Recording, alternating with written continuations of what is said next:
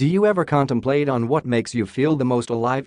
It's funny, isn't it, that there are a number of people beyond our imaginations living in the same planet that we do, and each one has different preferences to give them the best type of satisfaction.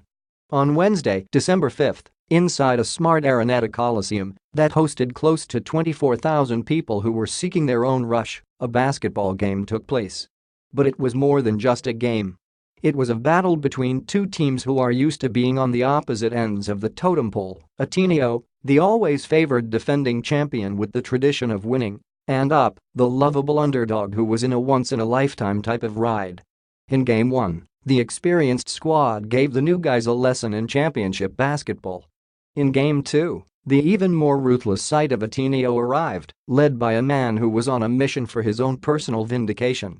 Up had the first shot of the game with a Paul Desiderio triple, but the next two events, Jun Manzo hurting his ankle and Thirdy Ravena converting an offense, became symbolism for the remainder of the game.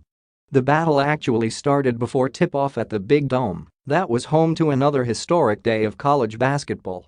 "One big fight," screamed the Sea of Blue. "Up fight," responded those in maroon. Fans were getting irritated inside the cramped-up Coliseum as many pushed and elbowed to get a peek at whether or not University of the Philippines could pull off another impossible feat. Up didn't fall too far behind early, similar to the first three periods in Game 1.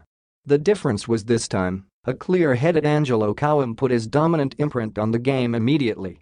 Ravena and Rafi Verano provided firepower on offense, and by the end of the quarter, the Blue Eagles were already ahead by 12. In the opening moments of the second quarter, Up trimmed the lead down to 5, but Ateneo brought it back up to 9. The Maroons then cut it back down to single digit, but the Blue Eagles were unwilling to let their feisty opponents go on a prolonged rally that could shift the tide of the ball game. Another few defensive stops, a Cowham putback, a Ravena 3, and suddenly, the lead was back up high. For the first time since Up went on their winning streak in November, it felt like the magic that had been carrying this team was suddenly sucked out. All the signs were there. Paul Desiderio, the team captain writing his final chapter, was hesitant to attack the Ateneo D with Cowham providing defense similar to the Great Wall. Many of the Maroons' jumpers went in and out, while uncharacteristic turnovers were made. Even the pre-game delay involving Bright Acuity's knee brace wasn't in script with how Fade has treated Up the past month. On the other side, Cowham was throwing down slam dunks and flapping his long arms like an eagle. The Ateneo crowd started chants of Aten too, which was obviously derived from somewhere else. The Blue Eagles kept firing three-pointers while scoring as well on easy baskets thanks to their crisp and consistent system. In certain moments, it felt like defeat was inevitable for the Maroons. For an Up fan, it must have felt demoralizing. The thing about experiencing the kind of run Up did to get to the finals involves one of the most dangerous feelings in the world. Hope is what led Maroons fans to cheer their hearts out in every Up game this season, inspiring their boys all the way to a place the school hasn't been in for 32 years. Hope is that feeling everyone from University of the Philippines had inside them before the finals, even if they knew the Blue Eagles were a superior opponent, as they wondered why another miracle couldn't take place.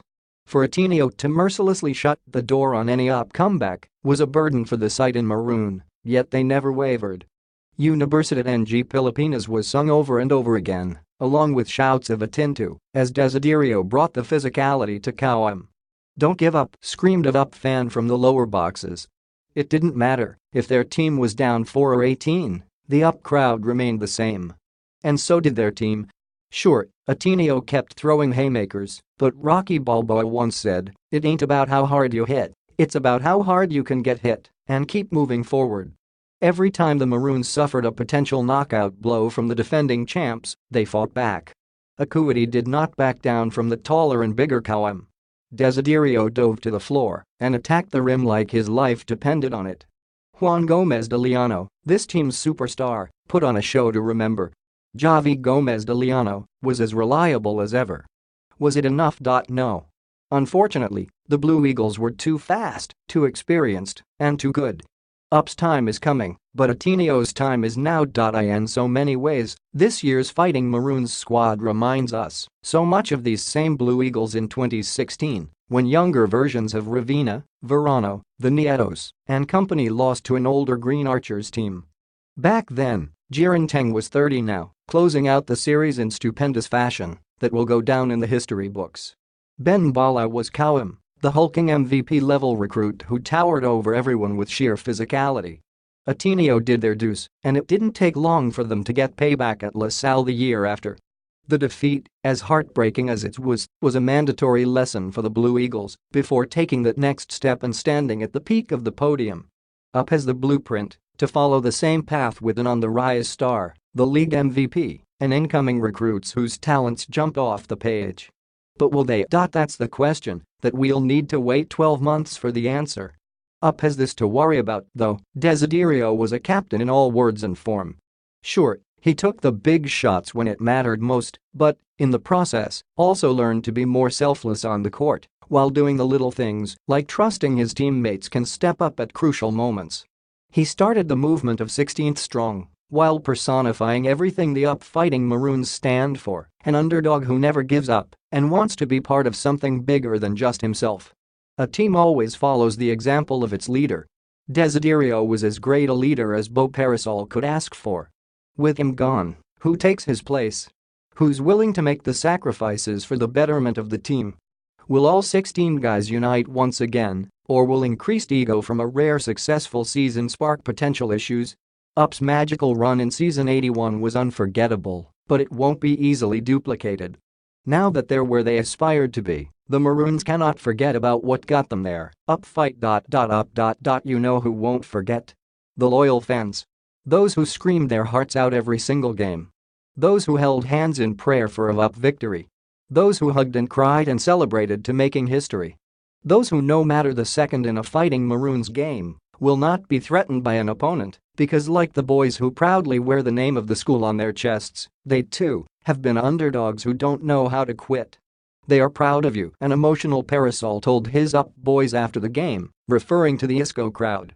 It was a beautiful image, the mentor comforting his pupils by asking them to find honor in the thousands who were with them until the painful end. Right now, many of them are also devastated. To get that far and lose in that way, it's not easy to get over. Not when you've dedicated one of the things in life that make you feel alive to your beloved team. And you know what, UP fans?